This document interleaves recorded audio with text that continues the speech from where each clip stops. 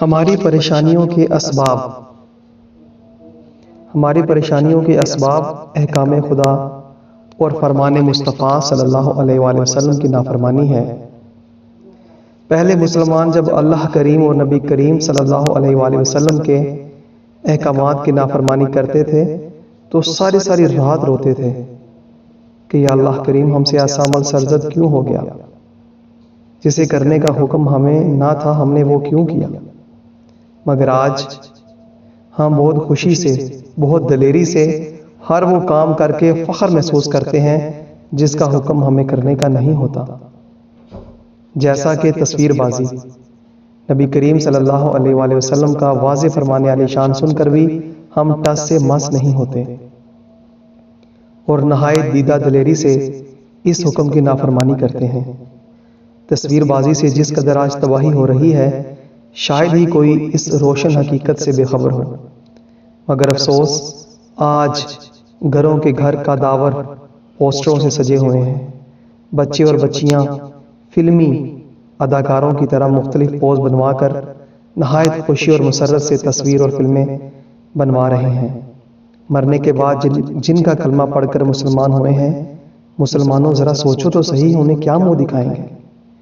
کیا آپ نے کبھی یہ سوچا کہ ہمارے بچے جہاں تعلیم پا رہے ہیں، اگر وہ ادارے اس فتنے سے بچوں کو بچاتے اور صلی اللہ علیہ وآلہ وسلم کی روشنی میں ان کے دلوں کو روشن کرتے، تو کیا کبھی ہمارے بچے اپنے پیارے نبی صلی اللہ علیہ وآلہ وسلم کے نافرمان بنتے؟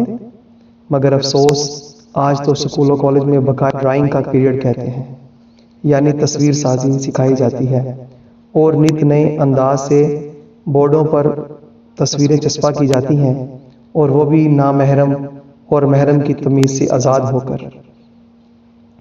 گانے باجے یقیناً سبھی مسلمانوں نے سن رکھا ہوگا کہ گانے باجے سننے والوں کے کانوں میں بروز قیامت سیسا پگھلا کر ڈالا جائے گا۔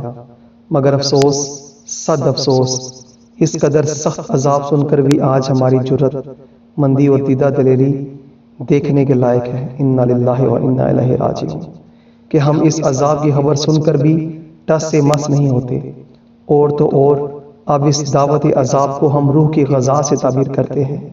انا للہ و انا الیہ راجعون۔ کیا آپ نے کبھی سوچا کہ اگر تعلیمی اداروں میں عذاب الہی سے بچانے کے لیے بچوں کو تعلیم دی جاتی اور اس سے باز رہنے کے اسباق نصاب میں شامل ہوتے، تو کیا ہماری نسلیں اس دعوت عذاب الہی سے بچ نہ جاتی؟ مگر افسوس کہ آج یہ باتیں کسی کے پیش نظر ہی نہیں رہی۔ بے پردگی۔ اللہ رب العزت و نبی کریم صلی اللہ علیہ وآلہ وسلم نے عورت کو کس سے پردہ کرنا اور کس سے پردہ نہیں کرنا سب کچھ کھول کر فرما دیا۔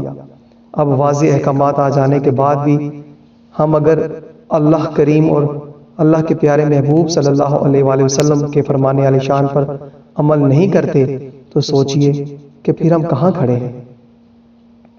کیا مسلمان ایسے ہوا کرتے ہیں؟ کیا مسلمان کھلم کھلا اسلامی احکامات کی دھجیاں اڑانے والے ہوتے ہیں؟ کیا مسلمان کی بہن بیٹی کی عزت اتنی سستی ہو چکی کہ وہ جہاں چاہو اسے نامحرموں سے میل ملاپ کے لیے بھجوا دیا جائے؟ سوچئے وہ بہن بیٹی جسے گھر کی چادر چار دیواری میں رکھنے کا حکم ہے، آج بازاروں میں، پارکوں میں، ویگنوں میں اور نہ جانے کہاں کہاں ماری پھرتی نظر آتی ہے۔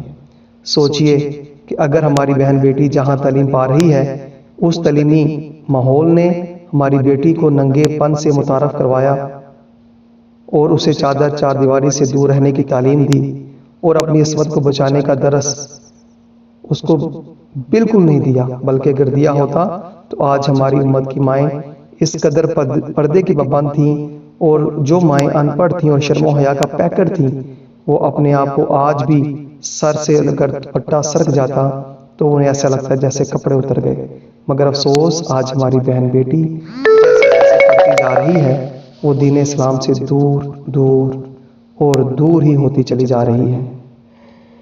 جھوٹ پر اللہ کی لعنت ہوتی ہے، اور یہ سبھی جانتے ہیں، مگر جو جان بوجھ کر اور بخوشی جھوٹ بولتے ہیں، ذرا سوچئے تو صحیح کہ وہ مسلمانوں کو خوش کرنے کے لیے کس قدر اللہ کے عذاب اور اللہ کے ساتھ جنگ کو مول لے رہے ہیں۔ وہ مسلمان کس طرح کا مسلمان ہوگا آج اکثر یہ سننے میں بات آتی ہے کہ جناب اب تو جھوٹ کے بغیر کوئی کام ہی نہیں ہوتا، بلکہ آج تو کچھ ایسے ادارے ہیں جہاں صرف چلتا ہی جھوٹ ہے، جیسا کہ وکالت کا پیشہ۔ استغفر اللہ العظیم۔ ہمارے بچے جہاں تعلیم پاتے ہیں، کہاں وہ جھوٹ سے نفرت اس وجہ دلوائی جاتی ہے؟ کیا وہ انہیں سب کچھ بتایا جاتا ہے جو ہمارے شریعت مطہرہ میں حرام ہے اور ہماری شریعت مطہرہ میں حلال ہے؟ نہیں، ہرگز نہیں، بلکہ باتیں آج سبھی جانتے ہیں کہ ایسا وہاں کچھ بھی نہیں ہے۔ جھوٹے پر اللہ کی لعنت ہوتی ہے، اور اللہ کی لعنت جس پر پڑ جائے وہ دونوں جہاں میں برباد ہو جاتا ہے۔ مگر افسوس، آج نصابی کتابیں ہی جھوٹ پر مبنی ہیں، تو سچ کے اثرات ہمارے بچوں کی شخصیت میں کیسے نظر آ سکتے ہیں؟ مشابہت کفار۔ اللہ کریم کا واضح فرمانے علی شان ہے کہ جو جس قوم کی مشابہت کرے گا وہ بروز قیامت اسی قوم میں سے اٹھایا جائے گا۔ اب آپ خود سوچ لیجئے کہ ہمارے پیارے نبی صلی اللہ علیہ وآلہ وسلم کے فرمانے علی شان اور اللہ کریم کے واضح احکامات آ جانے کے بعد آج ہماری نسلیں اور ہم خود کس طرح کے ملبوسات، وضاقتہ اور پسند جو آج ہماری بنتی چلی جا رہی ہے، وہ کس کے عین مطابق ہے؟ کیا کبھی آپ نے سوچا ہمارے بچے جن اداروں میں تعلیم پا رہے ہیں وہ کیا سیرت مصطفیٰ صلی اللہ علیہ وآلہ وسلم اور اسوہ حسنہ پر چلتے ہیں؟ نہیں چلتے، یا پھر فرنگیت کی جیتے جاگتے تصویر بنتے چلے جا رہے ہیں۔ یہ سروں پر نہ امامہ شریف پہنتے ہیں، نہ چہرے پر داڑھی مبارک سجاتے ہیں، نہ کپڑوں میں شرم و حیا کا عنصر نظر آتا ہے، نہ گفتگو میں نرم لہجہ ہے، نہ ادب و آداب سے واقفیت ہے، نہ بزرگوں کا ادب، نہ چھوٹوں سے پیار، نہ نماز پنجگانہ کا اہتمام، نہ رزق حلال کی تمیز، نہ احسان کرنے کا جذبہ، نہ درگزر کرنے کی تعلیم، نہ صبر و استقامت کی معرفت، نہ احکام خدا کی پاسداری، نہ عذاب جہنم کا خوف، نہ اطاعت رسول صلی اللہ علیہ وآلہ وسلم سے الفت، اور نہ سیرت طیبہ اپنانے کی جستجو، نہ جھوٹ سے نفرت، نہ راشی کے عذاب کا ادراک، نہ سود کے سزا سے واقف، نہ چغلی سے پرہیزگاری، نہ غیبت کے عذاب سے آشنائی، اور نہ ہی فحاشی سے نفرت، نہ بے حیائی سے دامن کو بچانا، نہ محرم اور محرم کی تمیز سے بالکل بے نیاز، نہ پردے کا اہتمام، نہ زیب و زینت کی معرفت، نہ فضول خرچی سے بچاؤ۔ الغرض یہ سبھی کچھ تعلیم اسلام سے وابستہ ہیں، مگر افسوس جب موجودہ سکول و کالج اور تعلیمی اداروں کے منتظمین سے اس کے متعلق کہا جائے تو وہ نہایت شاطرانہ انداز سے بڑی دیدہ دلیری سے یہ کہہ دیتے ہیں، جناب یہ تو ماں باپ کا فرض بنتا ہے کہ وہ انہیں سکھائیں، اور ماں باپ بھی عقل کے اندھے، وہ یہ نہیں سوچتے کہ پھر بچوں کو پڑھنے کے لیے کیا بھیجتے ہیں، کیا وہ سارا کچھ کفر سکھانے کے لیے بھیجتے ہیں؟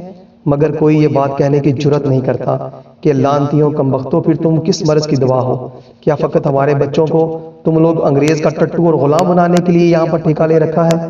مگر وہ بھی مجبور ہیں، کیا کریں؟ حکومت وقت جس چیز کا سیلاب بہانا چاہے اس کے آگے بند باندھنا آسان نہیں، کیونکہ ہر وہ دوسرا شخص جو آج تعلیم فرنگ کے ساتھ مزین ہے اس کو صرف اور صرف اپنے پیٹ کی فکر ہے، اپنے ایمان کی نہیں، اپنے پروردگار کے احکام کی نہیں۔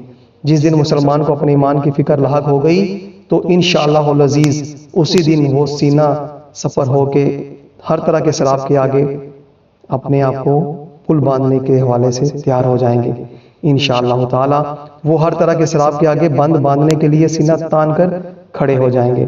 اس لیے آج ایمان بچانا مشکل ہے اور فرنگی غلام بننا آسان ہے، کیونکہ تعلیم جب تک قوم کافروں کی غلامانہ لیتی رہے گی، عمل اسلامی تعلیمات کے عین مطابق ہوتا نظر ہی نہیں آتا۔ ظاہر ہے جب تعلیم کافروں کی عام ہوگی تو تعلیمات اور تہذیب اور تمدن بھی تو انہی لوگوں کا پھیلے گا نا۔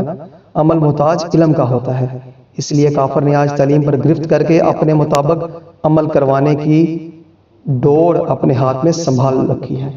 اللہ کریم کا خوف جب تک نہ دل میں پیدا ہوگا تب تک محال ہے کہ کافروں کا خوف اور دنیا سے محبت دل سے نکالی جا سکے۔ یا اللہ کریم ہم سے راضی ہو جا اور ہم کو صراط مستقیم پر چلنے کی توفیق عطا فرما، تجھے تیرے محبوب کریم صلی اللہ تعالی علیہ وآلہ وسلم کا واسطہ۔ آمین یا رب العالمین۔